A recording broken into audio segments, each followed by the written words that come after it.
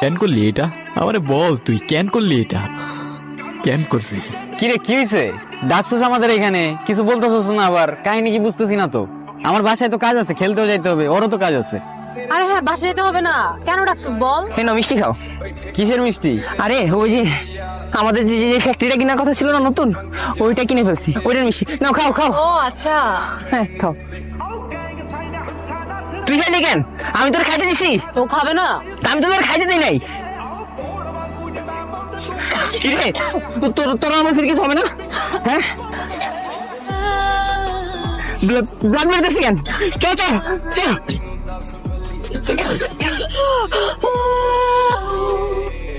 কেন কেন করলি?